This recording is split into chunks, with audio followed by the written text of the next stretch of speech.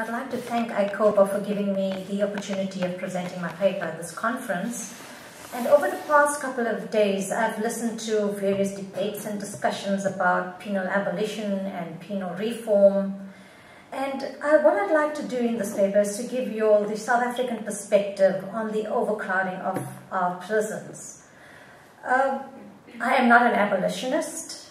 Presently in South Africa, we are still in the reform mode, so we haven't really reached the abolitionist mode. And as someone said earlier on in the plenary, that eventually we will get there. So hopefully in the years to come, and as Michael said, what has changed over the past 250 years with regards to prisons? Nothing much. The format of this presentation is, I'll give you the purpose of this research, an introduction, the rise of the prison population, a discussion on overcrowded South African prisons, and the manner in which I've actually gone about doing my research. Basically, the purpose of this research is to assess the escalation of overcrowding in South African prisons since 1995, and as you will all know, 1994 was the transition from apartheid to democracy.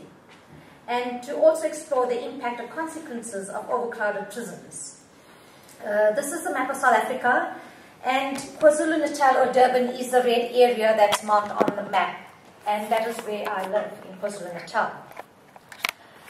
Overcrowding in South African prisons has become one of the major challenges that officials in the prison service have to confront.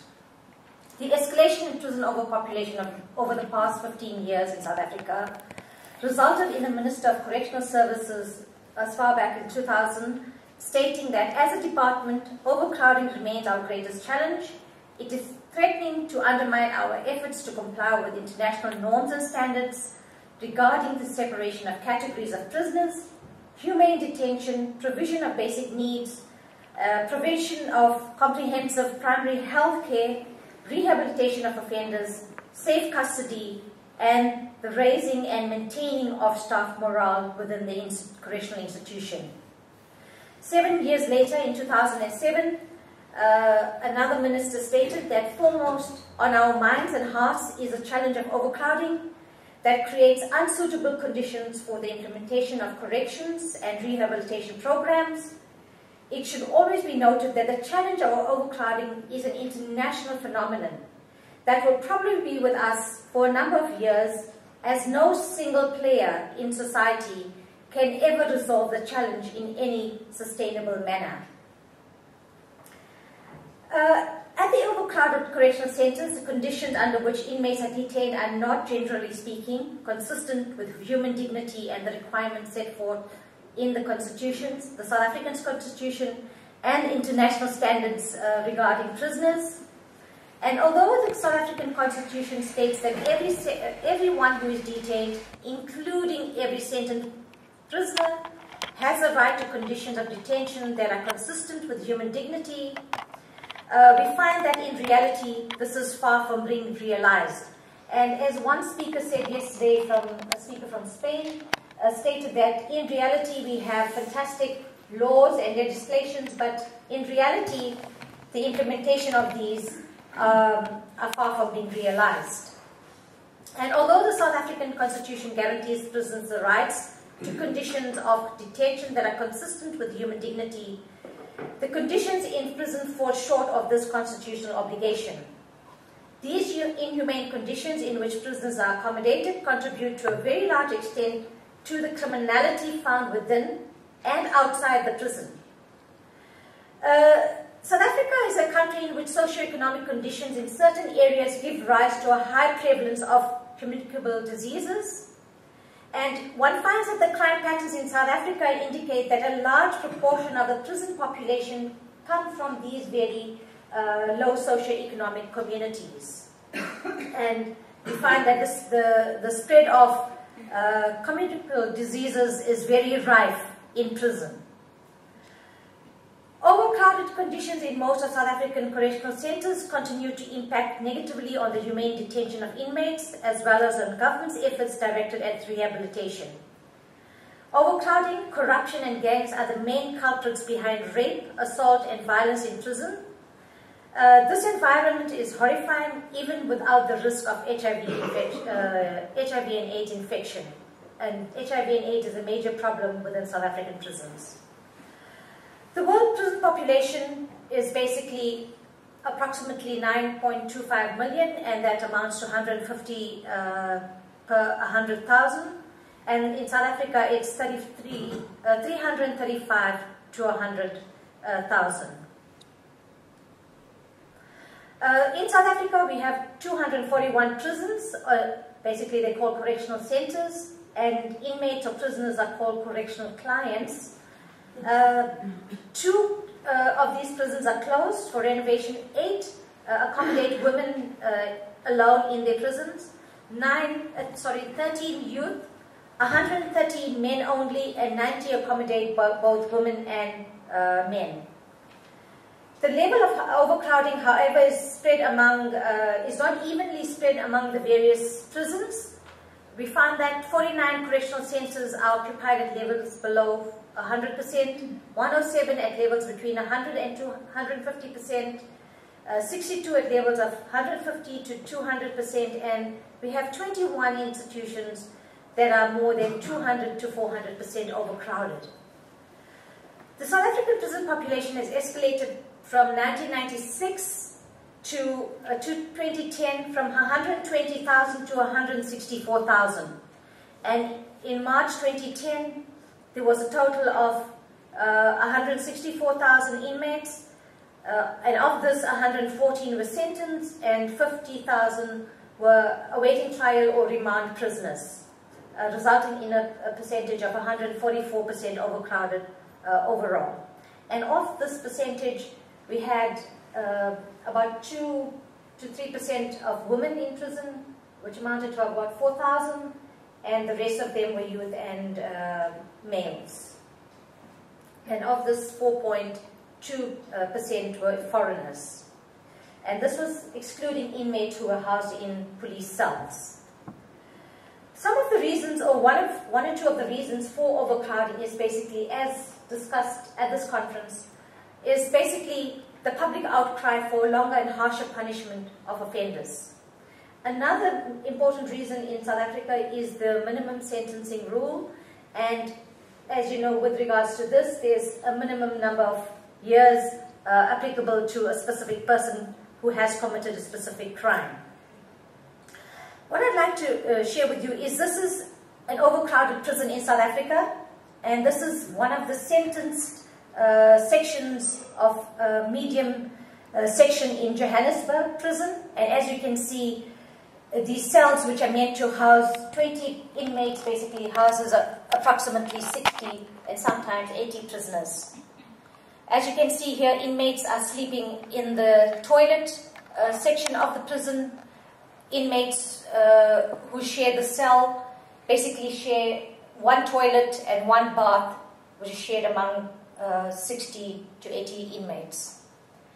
This is a waiting trial section, which is called a medium A section of a Johannesburg prison. And as you can see, this is grossly overcrowded as well. And inmates are sleeping on the floor and are basically double bunked on the bunks.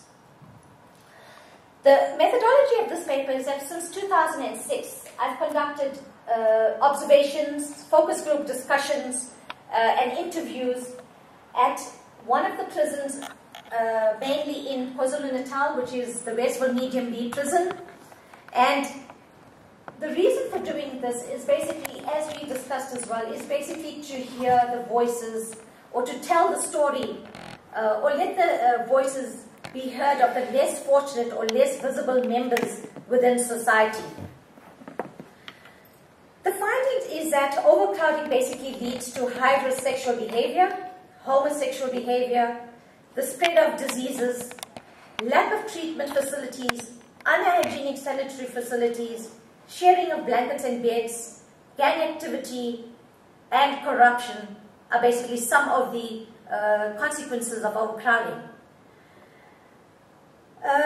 Some of the findings as well, we found that due to overcrowding, many prisoners remain idle, And both prisoners and prison officials acknowledge that this leads to gangsterism, which is an established means of existence in prison. And in South Africa, the gang system prevails tremendously.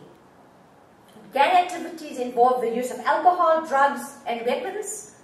Violence between prisoners often results in bleeding, and this contributes to the transmission of HIV and AIDS.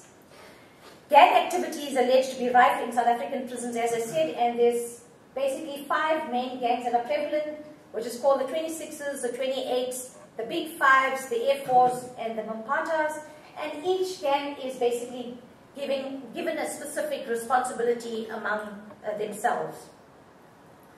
And what I found that it was not uncommon for prisoners to sell their bodies for sex or bribe kitchen workers with money for better food.